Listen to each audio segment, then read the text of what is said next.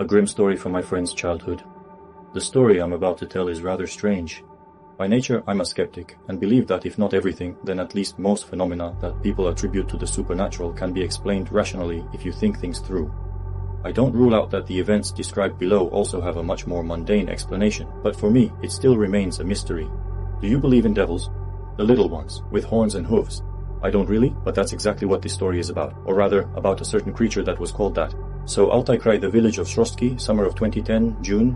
My younger sister came running from her friend's house and started telling me excitedly that her friend's father had forbidden them from walking along the road called Snake Ravine.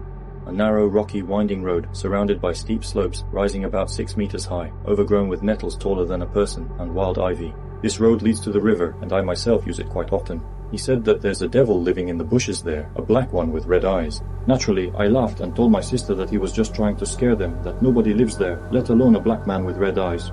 She argued back, saying that a lot of people had seen this devil. He jumps out at people from the bushes and also catches and eats cats. Sounds like complete nonsense. I didn't believe her, thinking that her friend had just decided to scare her. That was the first time I heard about this creature. Then rumors gradually spread through the village that many people really had seen some kind of black creature, either in that very snake ravine or at the old abandoned cemetery. Many people talked about it, but it seemed like no one took it seriously. About a month later, during my exams, my mom called me and told me the following in an anxious voice. Two of my younger sisters used to go to the so-called children's playground in the summer. Simply put, it's a camp at the school where children stay until about 4 o'clock and then go home. So after the day ended, the children decided not to go home right away, but to hang out at the football stadium, which was located on the grounds of the same school. There were about 25 or 30 people in their group. This whole crowd headed to the stadium together.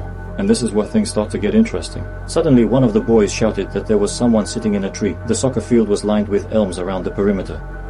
Suddenly, as my sisters describe it, a small black creature, just over a meter tall and covered in hair, jumped down from the tree, breaking a branch as it did so. It landed right in front of one of the girls, who was so frightened that she fell to the ground. The children ran from the stadium, while the creature darted through the broken gate and disappeared from sight. I assume it headed toward the cemetery, which is located right behind the school stadium. The dead-end street that runs along the stadium ends there. The girl in front of whom the creature landed was taken to the school, where it took a long time to calm her down. She said that the creature had large red eyes the size of a coin and a tail. Many people also mentioned horns, but some said that there weren't any. So their presence is far from certain. The children told the adults about it, but few believed them. Most people thought that someone played a prank. However, I trust my sisters, and they said it definitely wasn't a person. I went myself later to look at that tree. A broken branch about 7 centimeters in diameter was hanging there on the remaining bark. The height at which it was hanging was about 2.5 meters. Then I heard that the old lady living next to that very cemetery was almost scared to death by this devil. But I already remember that only vaguely. And then the summer of 2013. A year had passed. My grandmother's dacha is in Roski, not far from the river. She goes there every summer. We often used to visit her. And this is what she told us. She was working in the vegetable garden one day, which is in a low-lying area. Every spring it gets flooded, so there are tall sedges and maples growing behind the garden. Grandma was working at the far end of the garden, near the thickets, standing with her back to them. She was weeding something when suddenly someone jumped on her back. Grandma couldn't keep her balance and fell to the ground. The creature immediately jumped off her and darted into the bushes. Grandma only managed to catch a glimpse, as she described it, of a black hairy backside, a backside that looked like a monkey's. Everything happened very quickly. When the creature jumped on her, Grandma felt clawed fingers dig into her shoulders. By weight, the creature was like a small child, about 5 years old. At first, Grandma thought it was just someone's child playing a prank, until she saw the hairy backside. Then she thought it might be a cat, but this thing was far too heavy for a cat.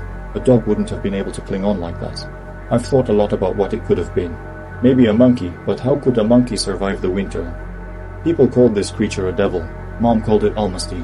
It's the Yakut equivalent of the Yeti, you could say, a northern version of the Yeti, similar in description to the Srastinsky devil. A small, hairy, dark creature that causes minor mischief, chases livestock at night, but doesn't do any real harm, and isn't considered dangerous. Everything stated above is absolutely true. I told you everything I could remember.